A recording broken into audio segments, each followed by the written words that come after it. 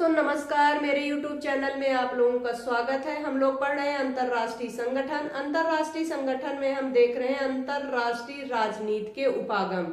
अंतरराष्ट्रीय राजनीति के उपागम पर जो है हमारा 2 वीडियो आ चुका है। पिछले वीडियो में हमने पढ़ाया था अंतरराष्ट्रीय राजनीति में यथार्थवाद, मॉर्गनथाउ का सिद्धांत, मॉर्गनथाउ का यथार्थवादी सिद्धांत अंतरराष्ट्रीय राजनीति विज्ञान में। और हमने बताया था कि मॉर्गनथाउ महोदय ने जो है कितने सिद्धांत दिए थे, 6 सिद्धांत दिए थे। बारी बारी से हम लोग विधिवत चर्चा कर चुके हैं। तो अगर आपको मॉर्गनथाउ का सिद्धांत समझना है तो पिछला वीडियो जरूर देखिएगा, और आगे का भी वीडियो अगर आपको समझना है तो पिछला वीडियो देखना बहुत जरूरी है। तो चलिए आज हम लोग इस वीडियो में चर्चा करेंगे मॉर्गनथाउ के सिद्धांत की आलोचना। कुछ विद्वान जो है, विचारक जो है मॉर्गनथाउ के पक्ष में है और कुछ विपक्ष में है। कुछ मॉर्गनथाउ के सिद्धांत को पसंद करते हैं, कुछ नहीं पसंद करते हैं। तो चलिए हम लोग देखते हैं, क्योंकि क्वेश्चन यहाँ से पूछा जाता है। चाहे आप नेट का एग्जाम दे रहे हैं, चाहे PGT, TGT, net, PGT, TGT, net, JRF या बिहार का दे रहे हो आप, या राजस्थान लेक्चरार का दे रहे हो, तो यह वीडियो आपके लिए। आपको बस करना क्या है, सिलेबस चेक करना। अगर आपके सिलेबस में जो है अंतरराष्ट्रीय राजनीति का उपागम है तो यह वीडियो आपके लिए है। और अगर वीडियो पसंद आए तो प्लीज मेरे लिए एक शेयर जरूर करिएगा। चलिए वीडियो स्टार्ट करते हैं, देखते हैं अंतरराष्ट्रीय राजनीति में मॉर्गनथाउ के सिद्धांत की आलोचना। चलिए आलोचना में देखते हैं विपक्ष में बेनो वासरमैन। किनका नाम आता है? बेनो वासरमैन। आपको अपने नोट्स में लिखते रहिएगा, नोट्स बनाते हुए चलिएगा। बेनो वासरमैन का नाम आता है कि जो है मॉर्गनथाउ के सिद्धांत की आलोचना की है। विपक्ष में किसने की है? बेनो वासरमैन। रॉबर्ट टक्कर दूसरा नाम है। स्टेनले हॉफमैन मोस्ट इंपॉर्टेंट है। ये 3 लोग जो है मॉर्गनथाउ के सिद्धांत को पसंद नहीं करते हैं। पहला सिद्धांत जो है, पहला नाम है, पहले विचारक है बेनो वासरमैन। आप लोग लिख लीजिएगा, एक जो है नोट्स बनाते हुए चलिएगा। बेनो वासरमैन, रॉबर्ट टक्कर, स्टेनले हॉफमैन, जो किनके सिद्धांत की? मॉर्गनथाउ के यथार्थवादी सिद्धांत की आलोचना करते हैं। बेनो वासरमैन ने कहा, जब तक मॉर्गनथाउ का यथार्थवाद सिद्धांत अंतरराष्ट्रीय राजनीति में प्रभावशाली है, तब तक अन्य कोई भी वैज्ञानिक सिद्धांत प्रस्तुत नहीं किया जा सकता। किसने कहा है? वासरमैन महोदय ने कहा है कि जब तक मॉर्गनथाउ का यथार्थवादी सिद्धांत अंतरराष्ट्रीय राजनीति में प्रभावशाली है, तब तक कोई भी वैज्ञानिक सिद्धांत प्रस्तुत नहीं किया जा सकता। किसने कहा है? वासरमैन ने कहा है। किसने कहा है? वासरमैन ने कहा है। एक बार फिर से रिपीट कर देते हैं। जब तक मॉर्गनथाउ का यथार्थवादी सिद्धांत अंतरराष्ट्रीय राजनीति में प्रभावशाली है, तब तक अन्य कोई भी वैज्ञानिक सिद्धांत प्रस्तुत नहीं किया जा सकता है। किसने कहा है? वासरमैन ने कहा है। मोस्ट इंपॉर्टेंट है। दूसरा देख लेते हैं हम लोग, रॉबर्ट टक्कर महोदय का देख लेते हैं। यह ना तो पूरी तरह यथार्थवादी है और ना ही इसके नियमों का आपस में समन्वय है। रॉबर्ट टक्कर महोदय ने कहा है। किसके बारे में? मॉर्गनथाउ के अंतरराष्ट्रीय राजनीति के यथार्थवादी सिद्धांत के बारे में, जो मॉर्गनथाउ महोदय ने 6 सिद्धांत दिया है। टक्कर महोदय ने क्या कहा? रॉबर्ट टक्कर ने कहा, यह ना तो पूरी तरह क्या है? यथार्थवादी है और ना ही इसके नियमों का आपस में समन्वय है। ना तो यह पूरी तरह यथार्थवादी है और ना ही इसके नियमों का आपस में समन्वय है। किसने कहा? रॉबर्ट टक्कर महोदय ने कहा है। आप लोग समझ गए होंगे। आगे हम लोग बढ़ते हैं। अगला जो आता है हॉफमैन के अनुसार, स्टेनले हॉफमैन। एक ऐसा सिद्धांत मानता है जो अस्पष्टताओं तथा विसंगतियों से भरा पड़ा है। अस्पष्टताओं, इसको देख लीजिएगा, विसंगतियों जहां आ जाता है वहां हाफमैन का यह कथन है। किसके बारे में? मार्गेनथाउ के यथार्थवादी सिद्धांत के बारे में। हाफमैन ने क्या कहा? एक ऐसा सिद्धांत मानता है जो अस्पष्टताओं तथा विसंगतियों से भरा हुआ है। किसने कहा है? हाफमैन ने कहा है। आप लोग यहाँ तक समझ गए होंगे। विपक्ष में तर्क है वैनो वासरमैन, रॉबर्ट टक्कर, स्टेनले हाफमैन ने जो है यथार्थवादी मार्गेनथाउ के सिद्धांत की आलोचना की है। वासरमैन ने कहा है जब तक मार्गेनथाउ का सिद्धांत जो है अंतरराष्ट्रीय राजनीति में प्रभावशाली है तब तक कोई भी वैज्ञानिक सिद्धांत प्रस्तुत नहीं किया जा सकता है। वासरमैन का कथन है। दूसरा कथन है यह न तो पूरी तरह यथार्थवादी है और न ही इसके नियमों का आपस में समन्वय है। किसने कहा? रॉबर्ट टक्कर महोदय ने कहा है।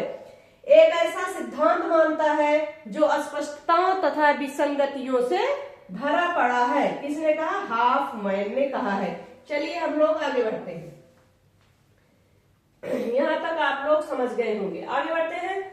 बहुत से आलोचक मार्गेनथाउ के सिद्धांत को अवैज्ञानिक कहते हैं। बहुत से ऐसे जो है राजनीतिक विचारक हैं जिसने जो है मार्गेनथाउ के यथार्थवादी सिद्धांत को क्या माना? अवैज्ञानिक कहते हैं। क्या कहते हैं?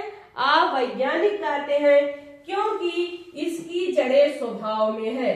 क्योंकि इसकी जड़ें स्वभाव में है।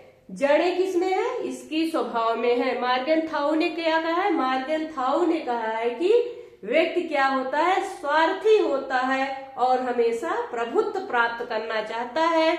उसी तरह जो है अंतरराष्ट्रीय राजनीति में भी किसी देश को क्या हो जाना चाहिए? बिल्कुल स्वार्थी हो जाना चाहिए और प्रभुत्व प्राप्त करना चाहिए। लेकिन यह गलत है। यह गलत है। इसकी जड़ें क्या है? मानव स्वभाव में है। यह कहना है मानवीय स्वभाव स्थिर है, पूर्णतः अवैज्ञानिक है। क्योंकि मानवीय स्वभाव अस्थिर है। क्या है? मानवीय स्वभाव अस्थिर है। लेकिन इसने जो है मार्गेनथाउ महोदय ने मानव के स्वभाव को बिल्कुल स्थिर बता दिया। मानव का स्वभाव अस्थिर है। लेकिन जो आलोचक है उन्होंने जो है मार्गेनथाउ के सिद्धांत की आलोचना करते हुए कहा कि मानव जो है सिर्फ स्वार्थी नहीं होता है और सिर्फ जो है प्रभुत्व प्राप्त करना नहीं चाहता, बल्कि मानव का जो स्वभाव है वह अस्थिर है। कभी जो है मानव स्वार्थी भी हो जाता है तो कभी दानी भी हो जाता है। कभी प्रेम भी आता है उसके अंदर तो कभी क्रोध भी आता है। इसलिए मानव का स्वभाव जो है वह अस्थिर है, स्थिर नहीं है। अगर इसकी तुलना जो है मार्गेनथाउ महोदय ने जो है मानव के स्वभाव से किया है तो यह बिल्कुल गलत है। आप लोग समझ गए होंगे। आगे बढ़ते हैं। मार्गेनथाउ के गैर नैतिकता के समर्थन में अनैतिकता शामिल है। मार्गेनथाउ के गैर नैतिकता के समर्थन में जो है अनैतिकता शामिल है। बहुत से विचारकों ने कहा कि मार्गेनथाउ जो है नैतिकता के हिसाब से जो उसने कहा कि किसी देश को अपनी राजनीति को आगे नहीं बढ़ाना चाहिए, तो बहुत से विचारक ने कहा कि इसके अंतर्गत नैतिकता के अंतर्गत जो है अनैतिकता छिपी हुई है। क्योंकि हमेशा प्रभुत्व प्राप्त करना और स्वार्थ बस के कारण जो है राजनीति करना यह गलत है। क्योंकि कभी न कभी कोई भी देश जो है किसी देश की हेल्प भी करता है, कभी कभी सहायता भी करता है और उस देश को उठाने का प्रयास भी करता है, जैसे मनुष्य करता है। इस तरह का जो विचार है यह बिल्कुल गलत है। अनैतिकता शामिल है इसमें। आगे बढ़ते हैं। जैसे रॉबर्ट टक्कर तथा केनेथ वाल्टाज मार्गेनथाउ के सिद्धांत को वास्तविक यथार्थवादी सिद्धांत भी नहीं मानते हैं। एक क्वेश्चन मोस्ट इंपॉर्टेंट है, ध्यान से समझिएगा। कौन सा ऐसा विचारक है जो मार्गेनथाउ के सिद्धांत को जो है वास्तविक यथार्थवादी सिद्धांत भी नहीं मानता है? वास्तविक यथार्थवादी सिद्धांत जो है मार्गेनथाउ के सिद्धांत को नहीं मानता है। कौन सा ऐसा विचारक है? क्वेश्चन पूछा जा सकता है। रॉबर्ट टक्कर तथा कैनेथ वाल्टज। रॉबर्ट टक्कर तथा कैनेथ वाल्टज जो है मार्गेनथाउ के सिद्धांत को वास्तविक यथार्थवादी सिद्धांत जो है नहीं मानता है। देखने में तो यह यथार्थवादी है परंतु यह आदर्शवादी है। कैनेथ वाल्टज तथा रॉबर्ट टक्कर ने कहा देखने में तो यह सिर्फ यथार्थवादी है लेकिन यह आदर्शवादी है। किसने कहा है? कैनेथ वाल्टज तथा रॉबर्ट टक्कर महोदय ने कहा है। आप लोग समझ गए होंगे। रॉबर्ट टक्कर तथा कैनेथ वाल्टज मार्गेनथाउ के सिद्धांत को वास्तविक यथार्थवादी सिद्धांत नहीं मानते हैं, बल्कि वो कहते हैं कि जो मार्गेनथाउ का यथार्थवादी सिद्धांत है वह देखने में तो यथार्थवादी है लेकिन यह आदर्शवादी है। मोस्ट इंपॉर्टेंट है, आप लोग लिख लीजिएगा। आगे बढ़ते हैं। मार्गेनथाउ आदर्शवाद तथा यथार्थवाद को मिलाने के दोषी हैं। कुछ विचारक जो है मानते हैं कि मार्गेनथाउ जो है आदर्शवाद तथा यथार्थवाद को जो है आपस में मिला दिए हैं, इसलिए जो है मार्गेनथाउ महोदय इसके दोषी हैं। आप लोग समझ गए होंगे। आगे बढ़ते हैं। पक्ष में तर्क देख लेते हैं। पक्ष में तर्क है के.डब्ल्यू. थॉमसन के अनुसार। के.डब्ल्यू. थॉमसन के अनुसार जो है मार्गेनथाउ विश्व राजनीति के समकालीन लेखकों में सबसे महान है। मोस्ट इंपॉर्टेंट क्वेश्चन है। मार्गेनथाउ जो है विश्व राजनीति के समकालीन लेखकों में सबसे महान है। मार्गेनथाउ जो है विश्व राजनीति के समकालीन लेखकों में सबसे महान है। किसने कहा है? के.डब्ल्यू. थॉमसन। के.डब्ल्यू. थॉमसन ने क्या कहा है? के.डब्ल्यू. थॉमसन ने कहा है कि मार्गेनथाउ जो है विश्व राजनीति के समकालीन लेखकों में जो है सबसे महान है। समकालीन लेखकों में सबसे महान है। समकालीन लेखकों में सबसे महान है। किसने कहा है? के.डब्ल्यू. थॉमसन ने कहा है। किसको कहा है? मार्गेनथाउ महोदय को कहा है। आगे बढ़ते हम लोग।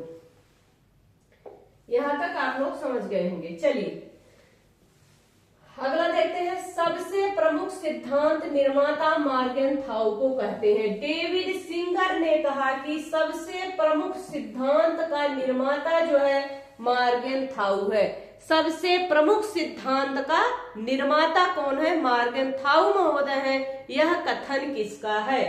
तो यह कथन किसका है? David singer. डेविड सिंगर महोदय ने कहा है कि सबसे प्रमुख सिद्धांत निर्माता जो है मार्गेनथाउ है। डेविड सिंगर ने कहा है कि सबसे प्रमुख सिद्धांत निर्माता मार्गेनथाउ है। David singer. आप लोगों के समझ में आ गया होगा। आगे बढ़ते हैं। मार्गेनथाउ का अंतरराष्ट्रीय संबंधों में ऐसे अनुसंधान तथा अध्ययन को लोकप्रिय बनाने का श्रेय मिलना ही चाहिए जिसने अंतरराष्ट्रीय राजनीति को एक स्वायत्तता विषय के रूप में अपनी पहचान कायम करने में सहायता दी है।